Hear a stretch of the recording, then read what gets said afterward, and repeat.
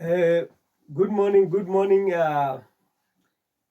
Zambian President Hakainde Hichilema and the EFF leader Mwenda, Christian Kasewa and others, former first ladies.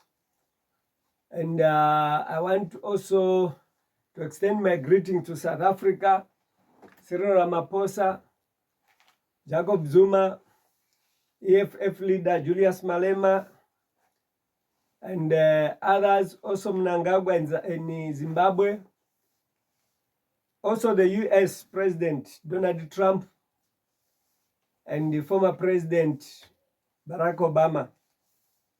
I cannot forget Burkina Faso President, who is the President of Africa, our Moses of today.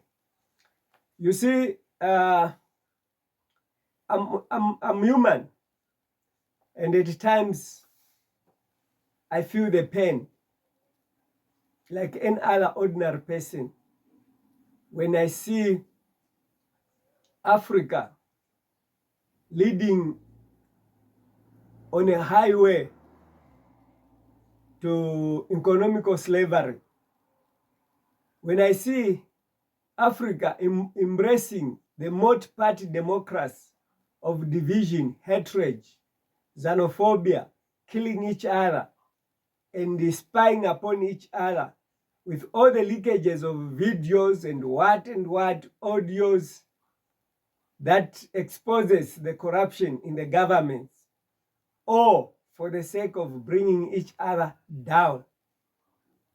The issue of Edgar Lungu's funeral and the body has become a very big issue, which we will never stop talking about it, because the social media in support of the UPND government, it does not want to keep quiet. They are bringing a lot of allegation to a dead man, a lot of allegation to the first family, a lot of allegations to everyone that is the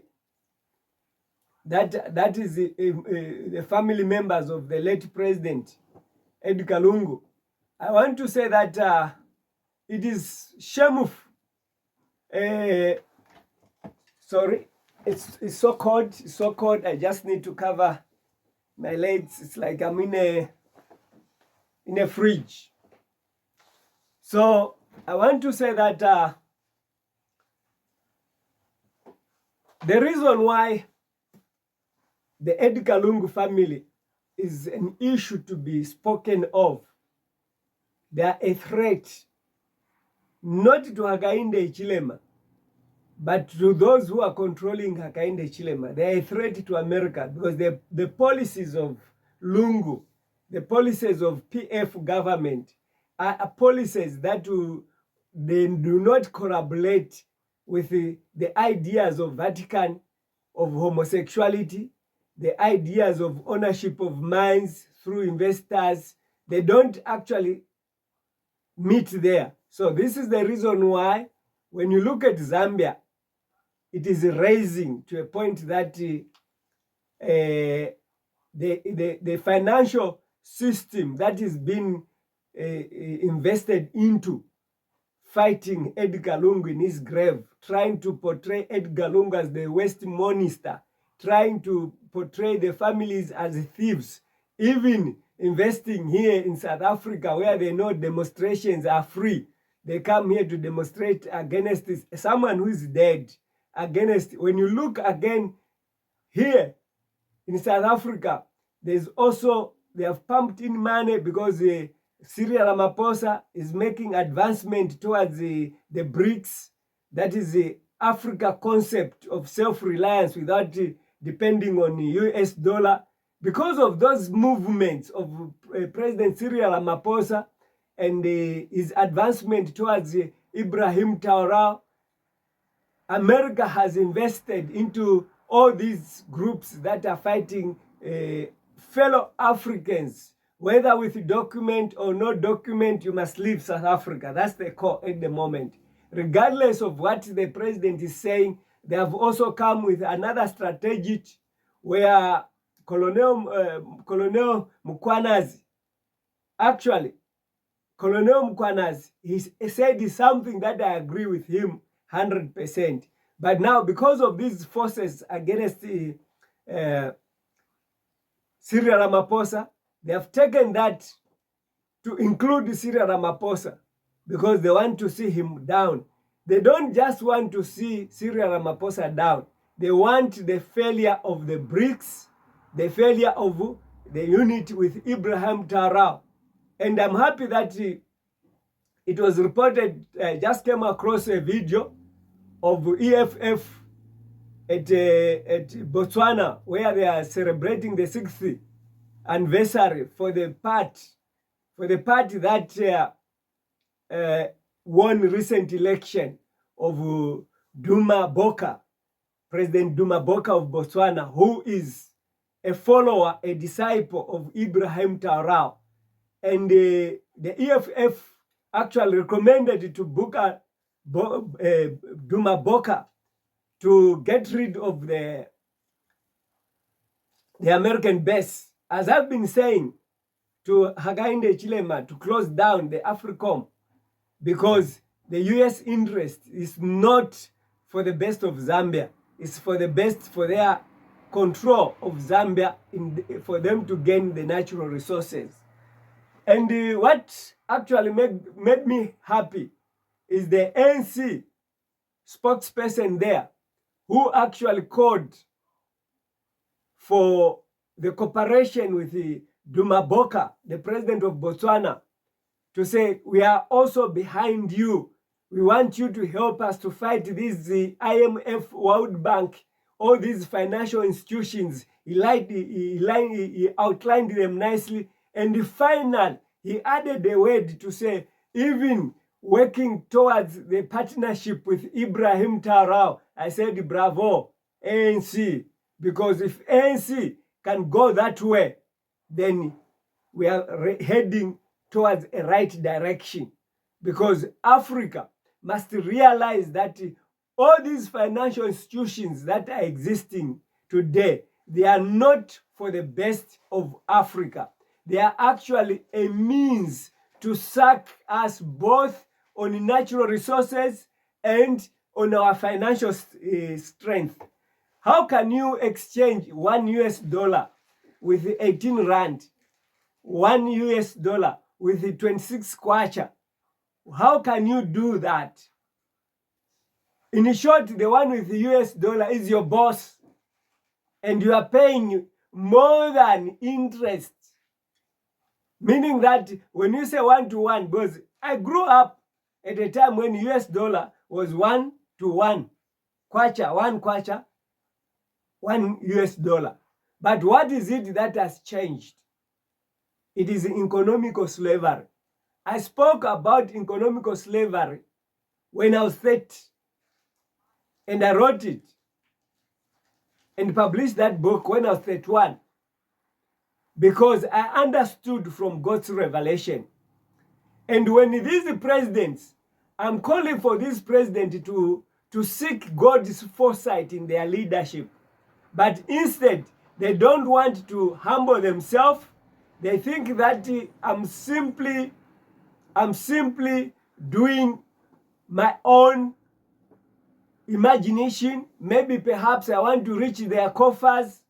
Not at all. Listen to what I wrote the time when I was writing to President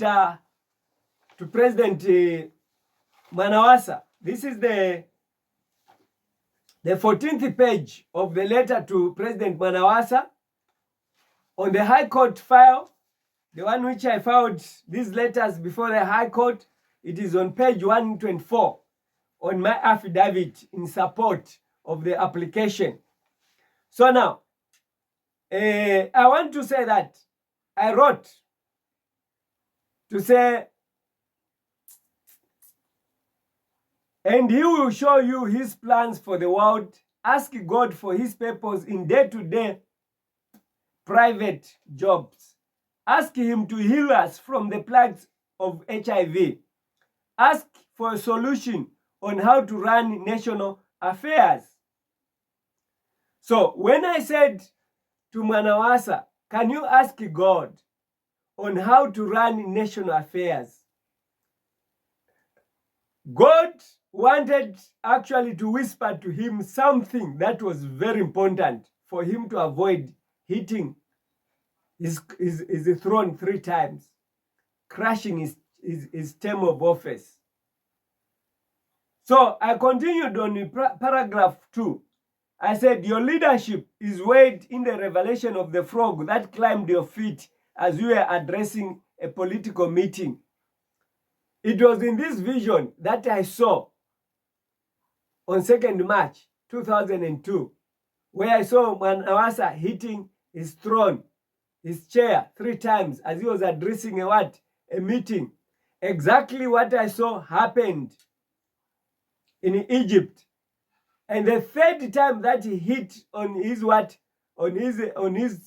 chair, the book, the open letter to President Mwanawasa, this one, had already written it. It was just packed before binding like any other book. I would say that one of the person who was a pastor that had joined my Reformation gift chamber reminded me to say, have you heard that the president collapsed in Egypt? I said, yeah, I heard. But did you pay attention to say he's collapsed? You remember you wrote something in this book that he is going to collapse 3 times, he's going to hit his chair his time. Are you aware that this is the 3rd collapsing? I said, oh, you are right. Then this is how I said, I had to tell workers to say, please, can you stop? Let's bind the books. I started giving the workers to bind the book during the day, at night, in the morning. I started doing distributing the book and selling the book, which sold, and these other 1st volume and 3rd volume. Actually, at that time, I had only 2 volumes. The 1st and that was the 2nd volume. They sold these books. And I know as I'm speaking, those who have the open letter to Mwanawasa, they can open their books. They'll still find it. It's open letter to Mwanawasa. On page 86, they'll get the letter, which is in this book. So this letter was a warning to Mwanawasa. And this warning was in 12 May 2007. From 12 May 2007 to 12 May 2008, it was a year. And from May to September, I wrote another letter, which was a final reminder to him, but he never listened to it. The frog, it's a symbol, it's a mystery that I'll always whisper to those who need understanding. The symbol of an evil spirit that is killing our presidents. Zambia is the only country in the world that has lost 2 sitting presidents, 4 former presidents. And those 4 former presidents, they died wellest. 3 of them, they've been active trying to fight back to the political battle. But the 4th one, who is Dr. Kenneth Kaunda, died in decision because he was supposed to protect the ministry of God, but he died because he accepted to be deceived by the SDA church. That told him to say, I'm a false prophet, he must not listen to what I'm saying. Even the KK Children of Africa Foundation, by the time he was dying, it was nowhere to be heard, as famous as it began, because it was God's instruction that you were supposed to look and care for those who are suffering because of policies of democracy, which are not favorable to Africa.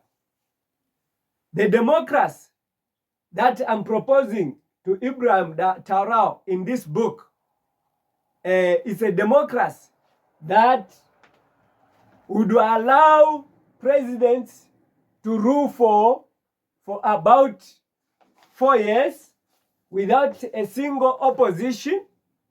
They must dream what they are dreaming, come to parliament the following morning through the vice president or whosoever, or them being governors and prime ministers and so forth, whatever position they'll give themselves.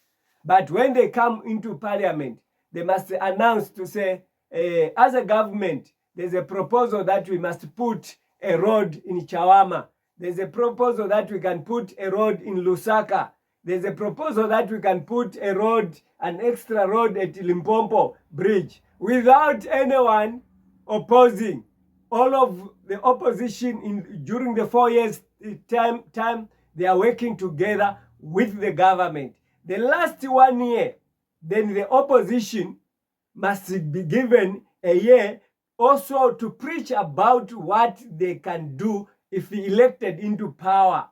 And when the people do listen to their proposals, then they can vote for a different government also to rule. Once another government rules, there's nothing like, hey, the former president has stolen this, hey, the former president has stolen that, because all these allegations, they are brought in by our enemies so that we can fight our former president, we can fight everyone who is opposed to the US and IMF and the Vatican, everyone who is opposed. Then that person, immediately government changes, he must be arrested. That is the procedure of this democracy that people are bragging about. It is the democracy that is making people fight each other in Africa because they are leaving the white in the streets, pursuing their fellow black man and say you are a foreigner. Well, in America, when Donald Trump is expelling foreigners, they have raised against him. They have raised against him. They have told him to say he is also married. He has also historical family life, which does not originate in where? In America. His wife also came as a worker, as a housemaid, the mother to the wife. Donald Trump has been married to 3 wives, and all of them, they're immigrants. They only obtained their citizenship after 10 years, and their permits were also questionable. So they are actually saying Donald Trump, before he could chase Africans from America, he must also start with his family. Let me see. This is the man. I want to try and see if you can listen to him. This man here is talking of Trump's prison secrets. Is actually talking about issues that I see the flash there is provoking. I have no cameraman, the one who used to do. But what I want us to understand is that Trump is also faced with the same music that is actually supporting here in South Africa. Okay? So I want to say that in everything that a person does, it will fall back to him. Today, Hakainde Hichilema is fighting someone who is dead in order to silence the opposition, which I've warned him several times to say God is not interested in that. Where did I get that information? I was explaining to President Manawasa in this letter. Your leadership is weighed in the revelation of the frog that climbed your feet as you were addressing a political meeting. Legs or feet are used to walk, run, and jump in covering a journey to the New World Order. God says, mind your step, ask him, he will direct your feet. Hitting your chair can mean crashing your term of office and your throne. 3. Thrice, you will crash your throne, you will crash Chiluba's throne, you will crash first Republican President Kaunda's throne. Then Zambia, listen to this, then Zambia will remain without a king before God. No one shall unite the nation. No one shall remain to guide the nation. No one shall have respect in the eyes of the people of the world. And the tribal wars will never end. Only donor slavery in sight.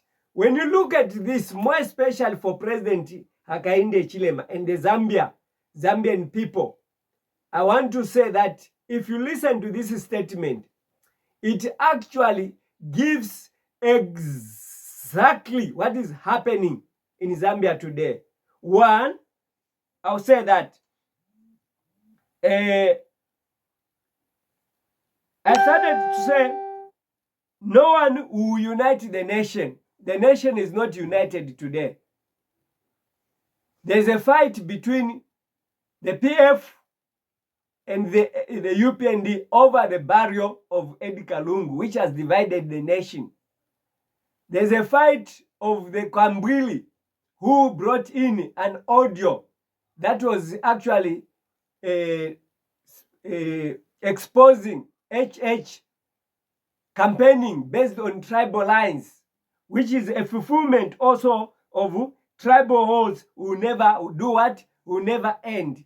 Again, there's a leaked video of Chavinga being sent to go and bribe, to come here in South Africa to bribe judges so that the board of Edgar Lungu can be taken to Zambia. So all that is the completely package of what I wrote and warned to say this will not end in Zambia in 2007. And when you look at that, and when people come to doubt that the revelations are called schizophrenia, visions and dreams are classified as a mental illness, it shocks me. Because I remember when I wanted to say, let me just find my way to say I'm sick mentally so that I can go and meet a doctor who I can explain. Then when I was asked, there's a doctor, asked me, how do you feel? I say, okay, because I Googled and read what is schizophrenia. I found that, oh, they're saying, no, hearing some voices and so forth. Me, I said, okay, I hear some voices and I hear my flesh. Sometimes my flesh is blinking. Poop, poop, poop, poop, poop. So now, whatever I was saying I'm not comfortable. I pretended to be taking pills and so forth. Those pills, I kept them. I didn't take them. So now, the next time I Googled, I found that what I was explaining to that doctor, it is also added on schizophrenia to say they feel some strange movement of the skin and so forth. And alas, I want to tell you that if you hear your skin hitting or bumping like, it is because of stress, not schizophrenia. But they listed it because I had those feelings because I was stressed, knowing to say where they took me, they actually were planning to do something. Because when you are in detention, and a prison ward comes and tell you to say, you know what? Do you know that the other refugees who entered the UN? I said, yes, I know. And all those that entered the UN, they died. Most of them, they died here. Few went out. That stressed me. So if they say you have been arrested, they send people to kill. And when I was being given poison by this one man who gave me the 2 eggs, I said, why can't you eat your eggs? The eggs that are gotten from a common pot for prisoners, they are broken. You cannot get a egg which actually it has the shell which is not broken. The shells are broken. Nothing to talk about the shell. But those who are who are called specialists, who are favored. They take from the Muslim side, they'll get eggs which are not broken.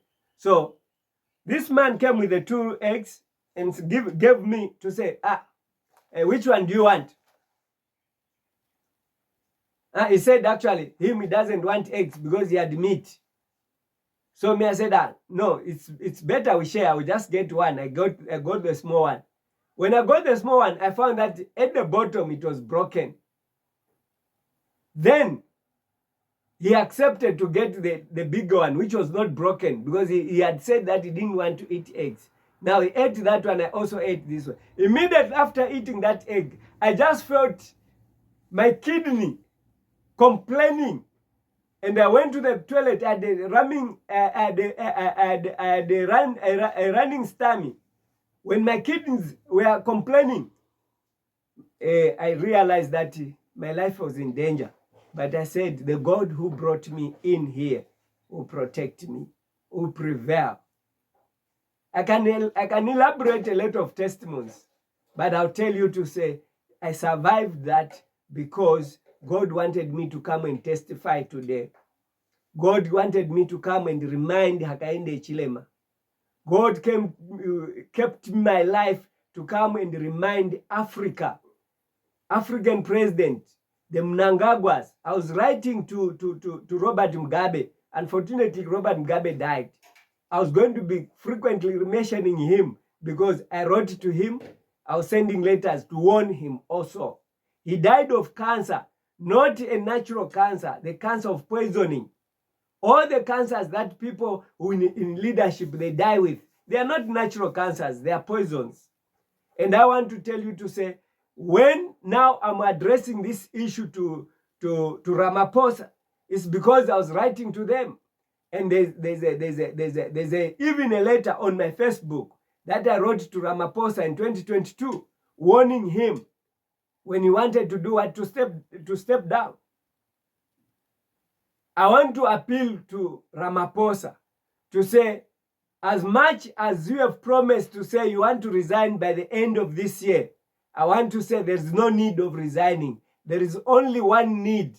Take South Africa under Ibrahim Traoré, and the leadership, your leadership, will give them the greatest gift that they will never regret. You know what?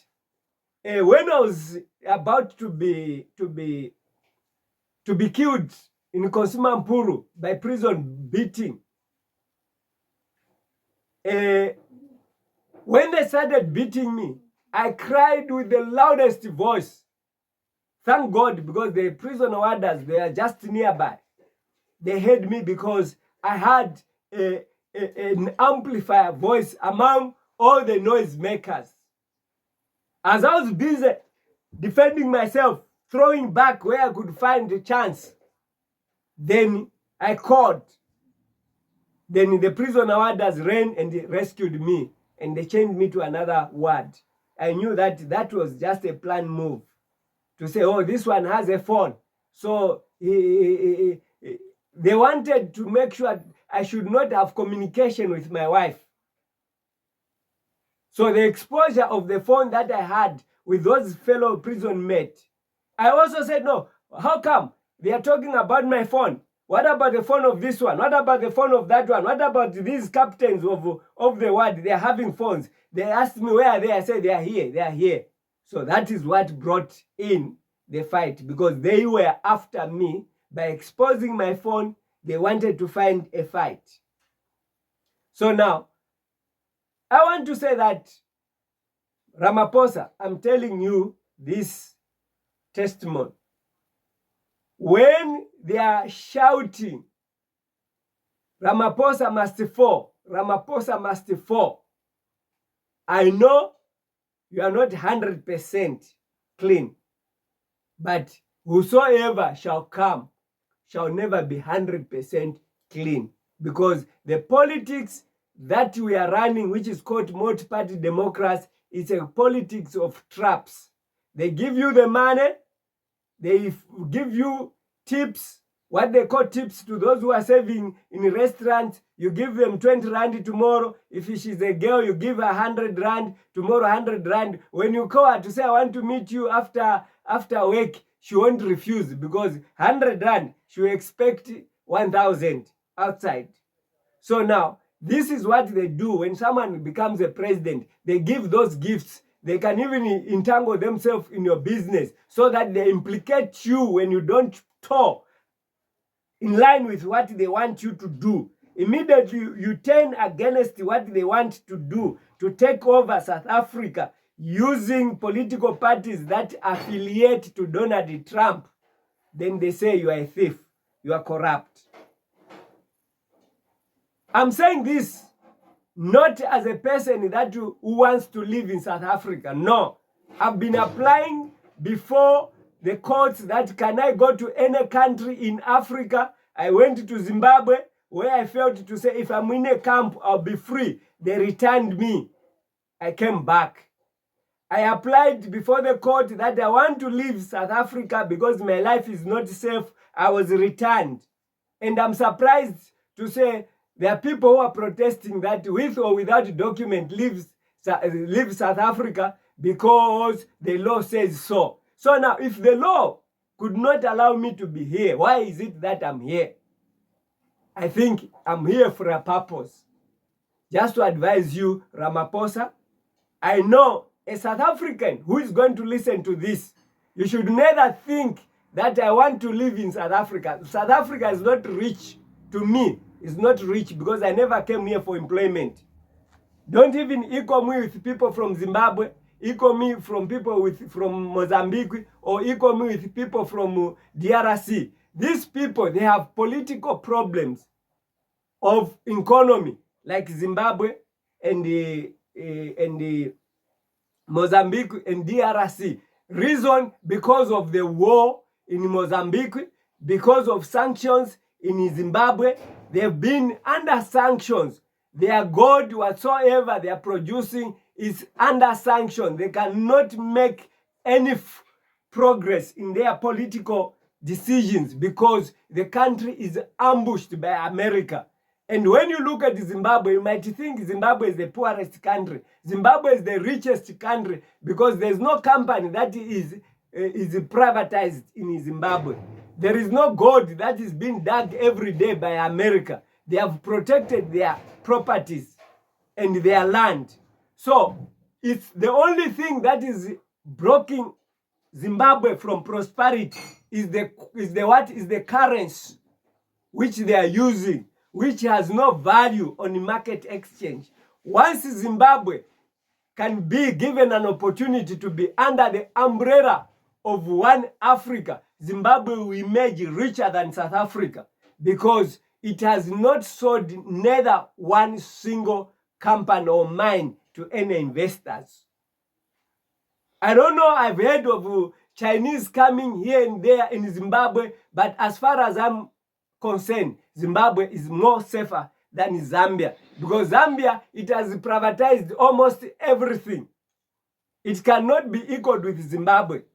But in Zambia, we are not beggars because we are still eating the meat pie that is being brushed on our eyes as if we are a rich country through donor funding, which is a false prosperity. False prosperity. There's no prosperity in Zambia because the day that all donor countries will cut the aid in Zambia, that's when the end of Zambia will be seen. Everyone will be nothing because you don't own a company. The government does not make anything that is meaningful. All these claims that Hakainde Hichilema has opened a battery what?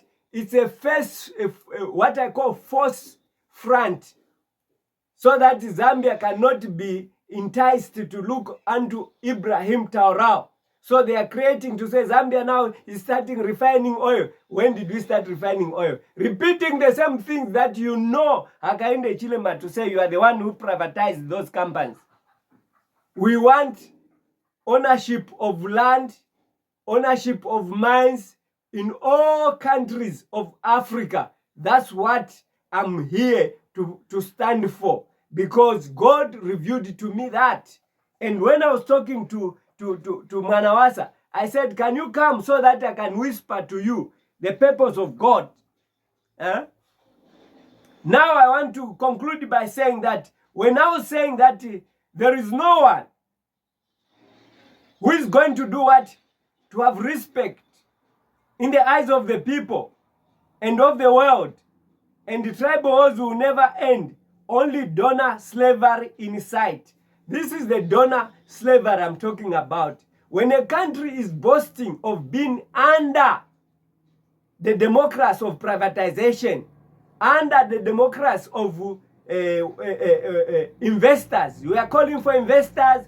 When you hear your president saying that you are calling, we have an investor who has invested in mine, we are creating employment, know that that president is a sellout. Is a sellout. He has sold you on a market of slaves. There is nothing the West is interested to in Africa. They want to rob us from our natural resources. When you hear a president telling you to say there are investors that are coming, they are going to build, we are building a refinery company which is worth about 8-point-something billion or whatsoever, millions. Know that he has sold. He has sold your country. All that money that is mentioned is credit from IMF, is credit from World Bank. And when you fail to pay, they repossess the same thing that you claim that you are building as Zambia. What are you building? We don't need to build. We need to own. Own the land, own everything, own the oil which is there in Zambia, own it. Own the gold, own them. Let the Zambian be the directors and workers. And government must pay them direct. Soldiers are paid by America. How can the country survive? How can your worker obey you if he's paid by your neighbor? It doesn't make sense to me. It doesn't make sense. You see, Africa today, we've allowed this democracy. When the president says, stop your protest, the democracy of Western has a way to give them permits to demonstrate, to distract the president's just cause of unity with other countries. The only thing that South Africa is fighting as a point of emphasis, I know I've mentioned, but I want to repeat it, to say for South Africa to know that South Africa is only South Africa because of other countries that helped South Africa to win the battle of apartheid. They were in Zambia, particularly Lusaka, where they were camping, fighting their battles. Some South Africans have remained in Zambia. And I don't know why South Africans, they claim to be clever, to fight foreigners who are not foreigners, who are Africans, instead of fighting the whites that are giving them the same money to go and protest on the street, to stop people who have children that are sick to go into the clinic. You think by denying others to go into the hospital to seek health assistance, then you are going to be free? If every one of us, we can close our borders for South Africa and not allow any single vehicle to pass, to go through to Zimbabwe, to Botswana, to anyone, you remain only with the sea, you think you'll be free? All these white people who are here, they are here to siphon your natural resources, and they are giving you money to protest because they are using you against yourself. If you are fighting your fellow black man, you are fighting against yourself. I don't want to be cheek, but I want to speak from God's warning to say, stop that. When you are going to realize that you are slaves, you are going to start another war against America. And America setting its base in Swaziland, within South Africa, military base, they'll be hammering you. Another military base in Botswana nearby here, a missile will quickly hammer you here. You won't raise your head. You'll be crying for help from these same African countries that you don't want to harbor at the moment. Africa is facing a political war that needs everyone in Africa to unite. Kenya must unite. Ghana must unite. Already Rwanda president has declared to say he's working with Ibrahim Traoré so that Africa can unite. That's the only thing that we are required to do at the moment, not to fight each other. Or what is happening in Zambia against Edgar Lungu, which is exposing the president to be against Edgar Lungu. If President Hakainde Hichilema had listened to what I said, all these things were not going to be there. But I know he's under gunpoint. He cannot listen because they tell him what to do. They tell him what to say. They tell him when to go and where to go. They tell him what to eat and what not to eat. Because they want to make sure that UPND must remain in power. I'll pray with my two hands, lifting to God, to say, God must expose to Hakainde Hichilema to say, there's a God in heaven. Despite him bragging to say, there's no witchcraft.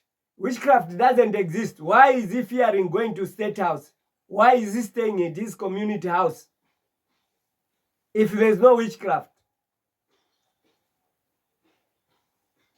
Getting courage to oppose God's word, you never survive.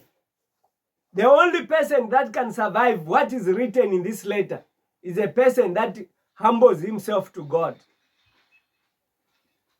When I was writing this letter, I was writing out of inspiration because the agreement of whatever statement I wrote in this letter amazes me.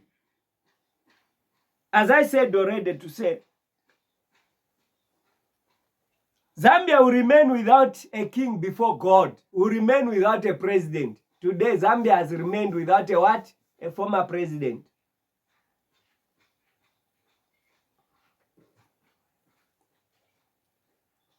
I don't want to mention anything further than that because there are two graves.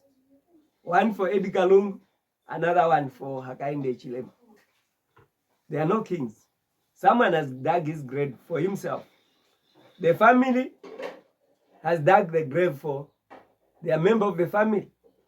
The state has dug for someone who is a president. If Hakainde was digging Lungu's grave, before he could dig the grave, he was supposed to sit down with the family. First of all, he was supposed to visit Hakainde. Hakainde was supposed to visit Lungu at his sick bed before he dies. Oh, my former head of state, how are you? Please, if there's anything that I've done wrong to you, can you forgive me? They shake their hands. Next, when the funeral happens, you're supposed, before announcing, he takes a call and calls the family. How is it? What is happening?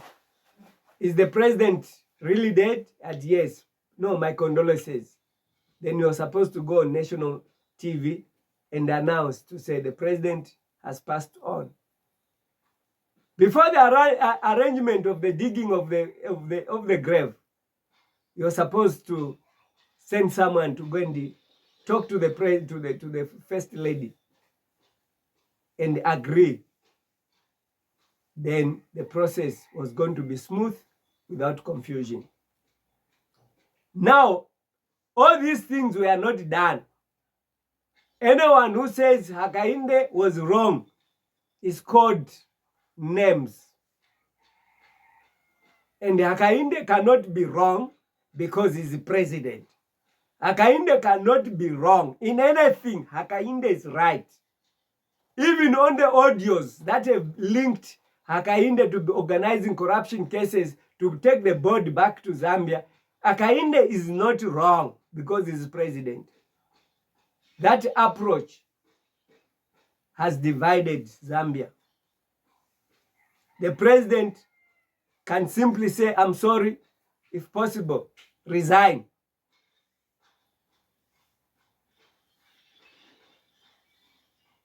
Why forcing? I heard him, Talena Lumango, the vice president, saying, there can never be a state funeral without a state president. Huh.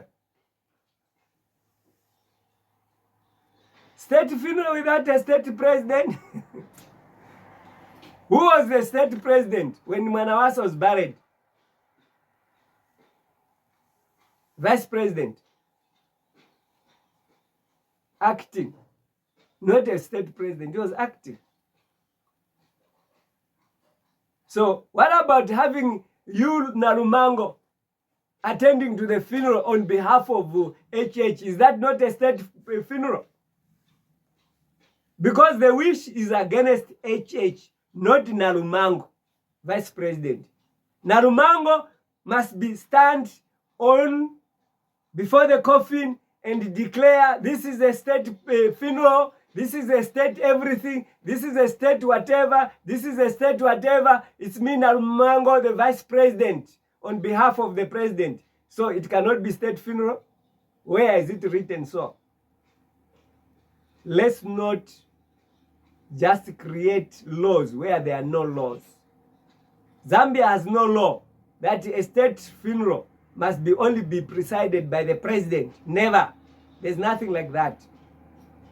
It is just a tradition that Zambia has tried to come up with to put presidents at one place. There is also another provision that I want to say. Is it 2000 or 2002, after Chiluba took over power, South African government requested Zambia to do what? To say, can you allow us to come and take our dead, we come and bury them so that their spirits can rest in their own land. And they were allowed to come and dig those graves, take those people who are dead and bring them to South Africa here for a decent burial. Many other places where someone who died a long time ago, they can exhume that person and bury that person in the homeland. If this government does not want to listen to people, if this government wants to take anything on its own, just to justify that Hakainde Hichilema wanted to bury Lungu, it will cost them a lot of things. Lack of respect. Lack of respect. I'm speaking not to do anything. I have no interest whatsoever in political positions, but I have interest on Africa. Africa is deceived to believe in multiparty democracy from Vatican, from John Paul II. Gorbachev reviewed this to say whosoever talks about democracy, this person must think about John Paul II in his mind. Multiparty democracy also brought in false religions. And this shall continue to divide Africa for one purpose. For one purpose. The natural resources and land. So my appeal is that everyone who has this opportunity to listen to me, if you think in Zambia, when you look at Zimbabweans, you look at South Africans in Zambia, you think they are foreigners, you must change your heart, change your mindset. In South Africa, if you think you are a South African and a person from Mozambique, Zimbabwe, Zambia, and Botswana, they are foreigners, you don't know. These countries were one. Someone posted a picture, a video where Mnangagwa was speaking Tonga and saying that I was in Zambia, I was born in Zambia. When I was arrested, I went back to Zambia, this and that and that. He was saying that Mnangagwa led Zimbabwe as a foreigner. Someone commented and says, you know that Zambia and Zimbabwe, they are one country? They were just divided. Even in South Africa and all these countries called Botswana, called Mozambique, called Swaziland here, called Lesotho, they are one. The division is just because of political manipulation from the West. Check your history before you fight your brothers, calling them foreigners. We are all one. Zimbabwe, Malawi, Zambia were called Northern Rhodesia. They were divided into three when they realized that they were big, because they wanted the territories to do what? To control. I want to believe that my summing up of this letter has helped someone, because Mwanawasa was the first president that I wrote a longest letter. The second president that I've written not just a letter, but 12 volumes of an open letter. It's you, Hakainde Hichilema.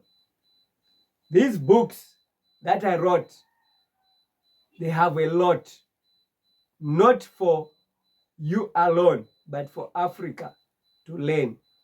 We need to be united. We need to be one continent. All these problems of xenophobia and man-made poverty, you know, this poverty is made. These African countries are not poor.